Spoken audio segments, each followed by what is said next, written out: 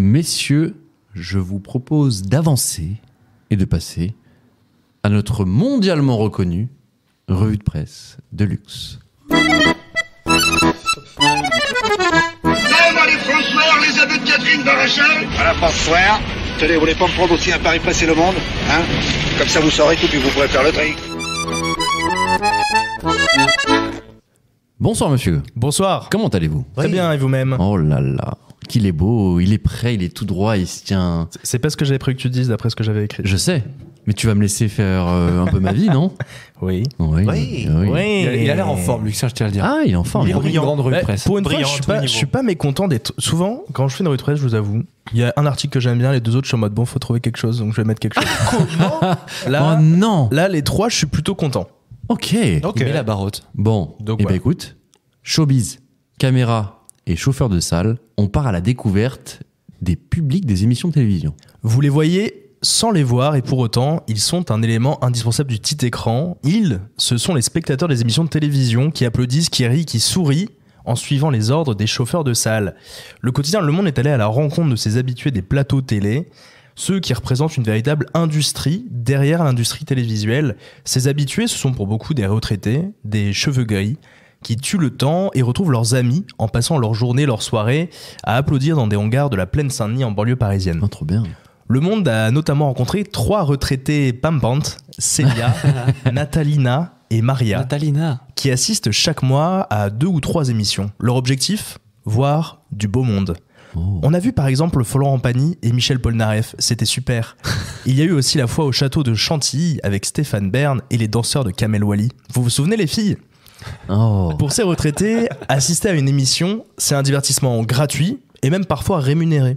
Ces habitués sont présents à chaque émission et se partagent, après chaque enregistrement, leurs petites recommandations.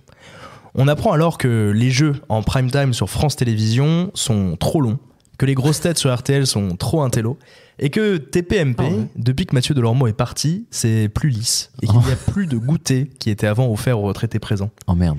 Vivement Dimanche est une émission qui est très appréciée de ses habitués parce qu'on est bien assis, et Michel Drucker est adorable. Oh mon dieu. Ces habitués, donc des retraités pour la plupart, ils sont souvent placés dans les derniers rangs Bah du oui, public. c'est ce que j'allais dire. Oh, c'est Parce que, triste. pourquoi ? Parce que si on les mettait directement derrière les présentateurs, les chroniqueurs, les vedettes, eh bien on verrait trop souvent leur visage, parfois même sur plusieurs chaînes de télévision en même temps. Pour accéder aux meilleures émissions, celles pas trop longues, on est bien assis, on repart avec un chèque cadeau, il faut d'abord passer par celles où personne ne veut aller. Alors ces fans de plateau TV sont devenus une véritable variable d'ajustement pour les agences d'événementiel qui doivent trouver des spectateurs pour venir assister à ces émissions. Les casteurs, parfois, ils doivent même appeler en urgence certains d'entre eux pour qu'ils puissent venir au plus vite pour combler une place restante. C'est un super article que je vous recommande qu'à découvrir dans M, le magazine du Monde. Ouais, Très c'est un- intéressant. c'est vrai. C'est un métier à part entière, quoi, carrément. Merci. Un monde entier, et j'aimerais beaucoup d'ailleurs, on pourrait aller voir une émission Ah ouais, bah ouais. qui m'intéresse. Ouais, il va falloir qu'on se mette d'accord sur l'émission, mais ouais. Ouais. Avec plaisir. Les grosses têtes sur RTL. Sur MTV, là, c'est quoi, là?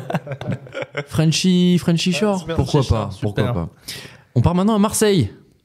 Eh oui. Eh Qu'est-ce qu'on va oui. faire à Marseille? Eh ben, on va suivre le retour d'un monument. Un monument, et quel monument qu'on retrouve dans un bel article paru dans les derniers TV Magazine. Ce monument de la culture française, c'est la série télévisée française par excellence, Plus belle la vie. Après Oh là là. 4666 épisodes, c'est TF1 qui fait renaître ce beau bébé né chez France 3 en 2004 et décédé en novembre 2022 après 18 saisons de bons et loyaux services. Ce retour, ce n'est pas une 19e saison, mais c'est la première saison d'une toute nouvelle série, avec un nouvel horaire, un nouveau format, des nouveaux personnages, de nouveaux décors et un nouveau nom. Le premier épisode, qui sera diffusé le 8 janvier prochain à 13h30 sur TF1, commencera par une explication des raisons de la transformation totale de l'emblématique bar-restaurant Le Mistral, Ok. Genre intégrer la série? intégré à la série. Ah ouais. Hâte de voir ça. Trop bien. À l'origine de cette success story française qui renaît d'entre les morts, un homme, Hubert Besson, ce producteur de génie, s'intéresse aux soap-opéras américains, comme Amour, gloire et beauté ou encore Les Feux de l'amour au tout début des années 2000. Les paillettes américaines fascinent alors la ménagère française. Alors Hubert Besson propose la création d'une série du quotidien, résolument ancrée dans l'actualité, une fresque décrite comme divertissante, addictive et pédagogique. C'est une grande réussite qui va occuper pendant plus de 10 ans les Français qui suivent avec grand intérêt les misères des habitants du quartier fictif du Mistral situé à Marseille. Plus belle la vie, c'est une série qui prend position, qui agit et prend la parole pour dénoncer tous les travers de la société.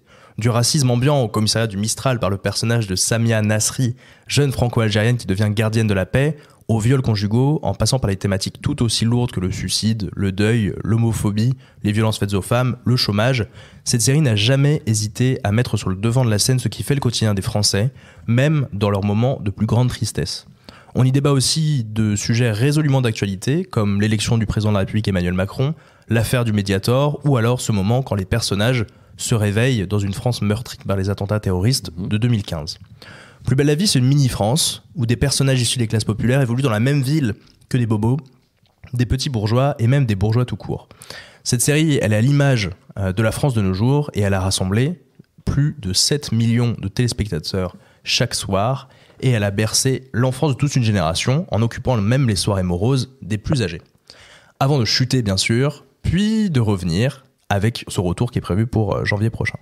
C'est une ode à cette belle série que je vous invite à retrouver dans le dernier TV Magazine. Qu'est-ce qu'on fait pour finir ? Eh ben pour finir, on part à la découverte du TGV du futur. Ouest France nous emmène aujourd'hui aux côtés des ingénieurs de la SNCF et d'Alstom, ces deux fleurons français, qui testent actuellement sur le réseau ferré français une pépite, le TGV du futur, qui est sobrement appelé le TGV-M. Ce train, il parcourt actuellement l'ensemble du réseau ferré français afin de vérifier que tout va bien.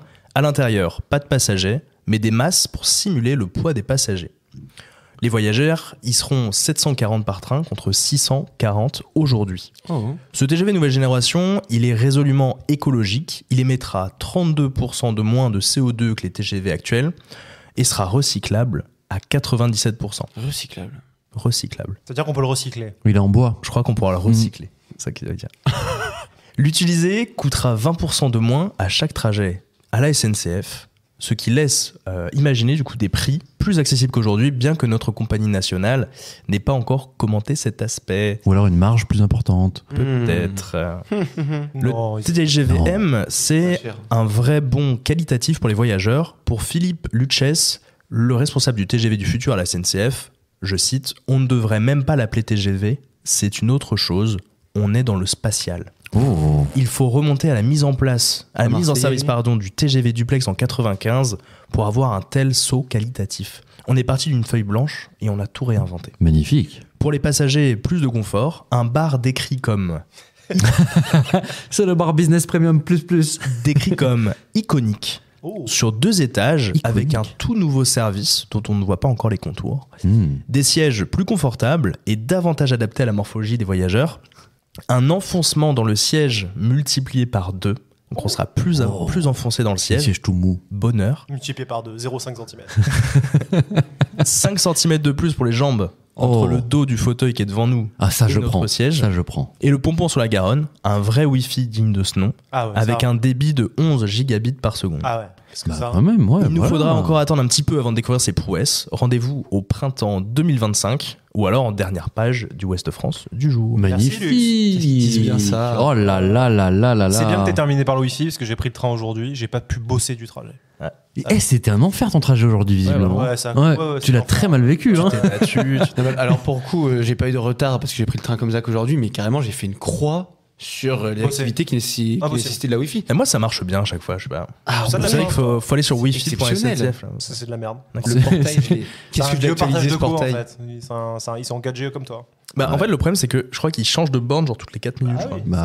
C'est instable au possible. Compliqué. Exceptionnel. Merci d'ailleurs. Lux. De rien, c'était un bonheur. Pas du tout remercié. T'en as rien à faire. Nous, on avait remercié Lux. Non, c'est toujours qualitatif, y a rien à dire. Franchement, les 3, tu avais raison, les 3 sont hyper intéressants. Merci. C'est vrai que d'habitude, non, c'est pas vrai.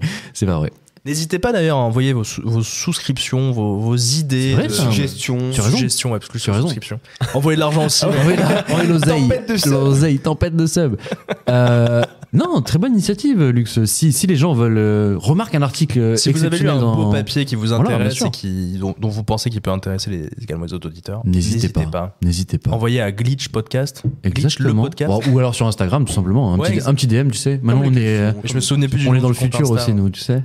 Glitch le podcast. C'est le spatial, comme dit. C'est le spatial. C'est un podcast spatial. Glitch, c'est le spatial. C'est le spatial.